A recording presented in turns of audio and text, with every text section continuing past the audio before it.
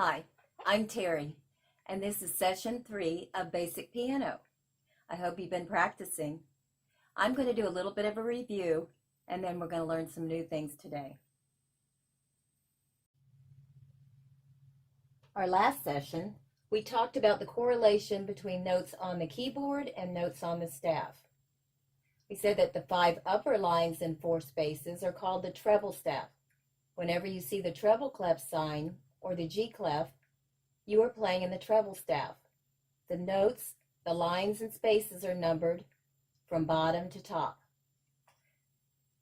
The 5 lower lines and 4 spaces are called the bass staff. Whenever you see the bass clef sign or the F clef, you know that you are playing in the bass staff. This is middle C on the staff, middle C on the keyboard. D on the staff, D on the keyboard. E on the staff, E on the keyboard. F on the staff, F on the keyboard. G on the staff, G on the keyboard. Down in the bass staff, lower C on the staff, C on the keyboard. D on the staff, D on the keyboard. E on the staff, E on the keyboard. F on the staff, F on the keyboard. G on the staff, G on the keyboard. Then we talked about how notes skip. And we're going to talk a little bit about that in a minute, again, in different terms.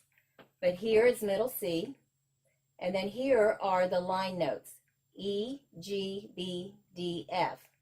Every good boy does fine. And then here are the space notes spelling out the word face, F-A-C-E. All of these notes are in the treble staff. Then we go down to the bass staff. The line notes are G, B, D, F, A. Great big dogs fight animals. The bass staff space notes are A, C, E, G. All cars eat gas. Now, I'm going to show you a few diagrams, and we're going to talk a little bit about theory, because theory is very important. Right here, you see an octave, and we talked about octaves. An octave is 8 white keys. From C to C is an octave. And you can go up or down an octave. From D to D is an octave. From E to E is an octave. And so forth. Okay? So that's an illustration of what an octave looks like. Now, we talked about how the line notes on the staff they skip. So when you are playing every other white key and skipping, either playing all line notes or all space notes, that is called playing by thirds. So that is what this little diagram down here shows you. If you start up at the top, you can play, or you could even start on C. Going forward or up the keyboard, playing by thirds would be C, E, G, B, D, F, A, and then back to C. If you're going to play backwards by thirds, you would play C, A, F, D, B, G, E, and then back to C. So playing by thirds is important. This is kind of what it sounds like. That's playing by thirds. Or, let's see. Okay, so playing by thirds is playing every other note. Okay, we've talked about the clef signs. And then this is what the grand staff looks like. 2 different diagrams. We've talked about it. You see the staffs numbered, the lines and spaces from bottom to top. These are treble notes going up. Now in this diagram, it shows line space, line space, line space. Here's the treble staff. Line space, line space, line space, line space, line space, line space. Going from middle C all the way up to the the space right above the staff, because there are notes that are above, below, and in between the staff. They are called ledger line notes. Okay, we'll get more into that later.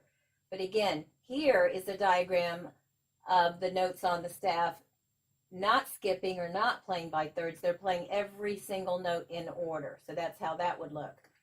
On the bass staff, starting with middle C and going down the keyboard, you can see that these are line space, line space, line space, line space, line space, line, and then there's a space below the staff, which is F.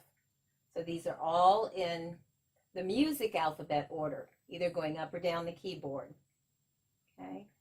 Another diagram of what the staff looks like with the numbered spaces. Okay, this is kind of like before. It talks about staff degrees, and that each line of the grand staff and space between the lines is called a staff degree, and those letter names are used to name the staff degrees.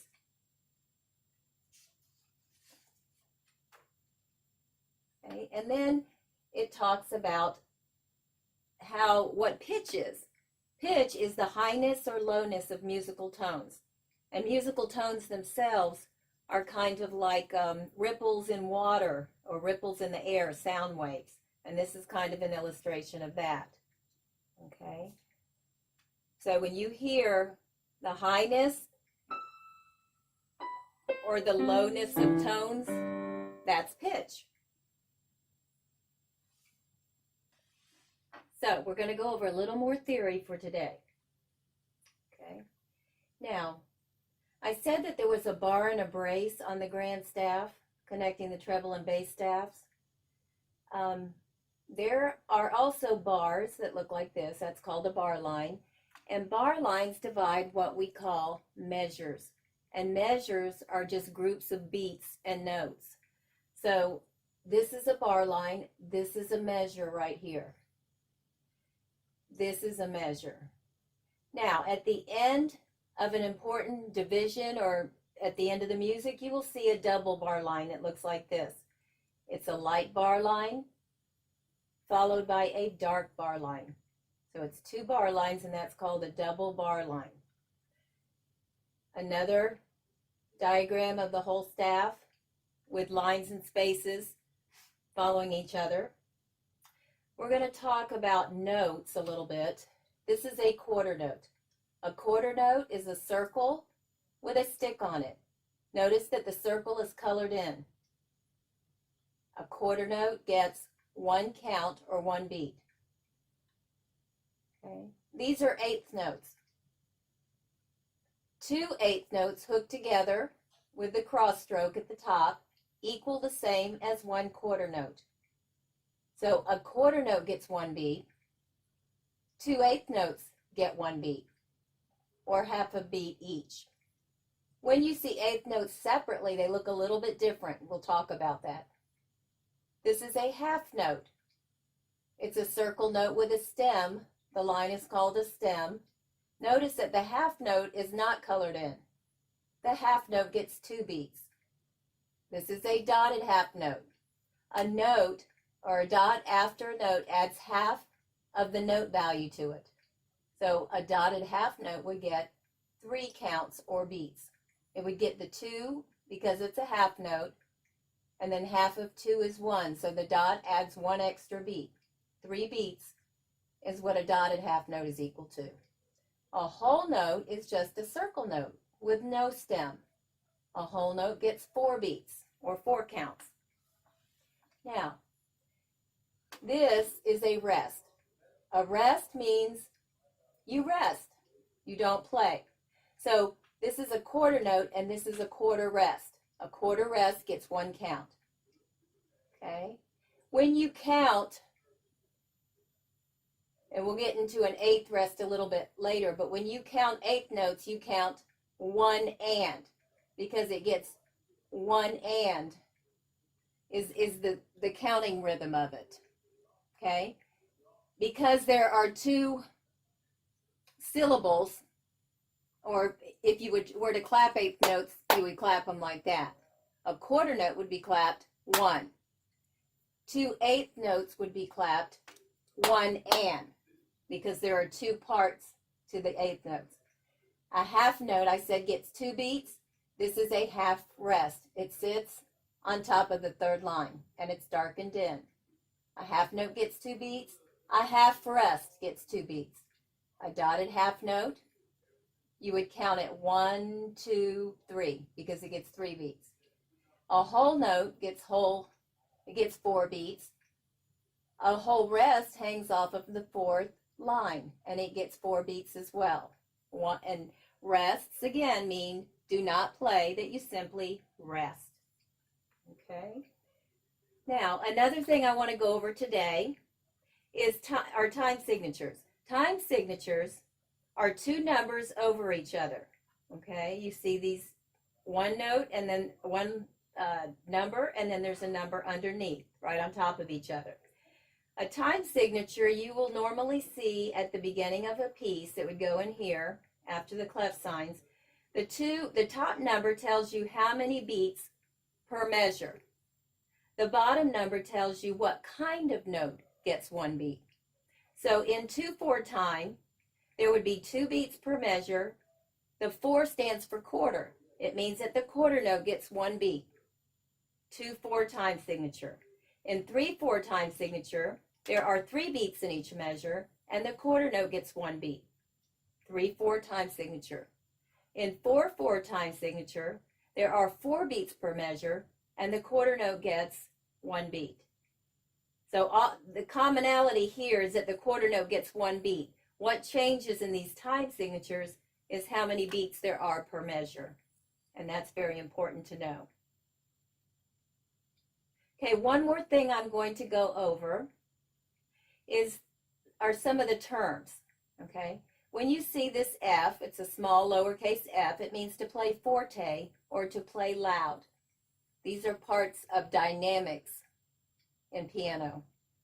P, a lowercase p, stands for piano, and it means to play softly. Okay? A dot under or over a note stands for staccato, and those notes are to be played very detached, short. Okay? When you see 2 notes in 2 different measures, and when you see that bar line, that means we have 2 different measures, and you see a tied line connecting those 2 notes that are the same, that's called a tie, and it connects notes of the same name, and you combine their value. So instead of just 2 beats, these 2 notes would receive 4 beats together. Okay. This sign down here is a repeat sign. It's 2 dots with a double line after it, kind of like the double bar line symbol. It means to go back to the beginning or back to an important section of music and repeat that section. Well, that was session 3. I hope you learned a lot, and I hope you'll join us next time.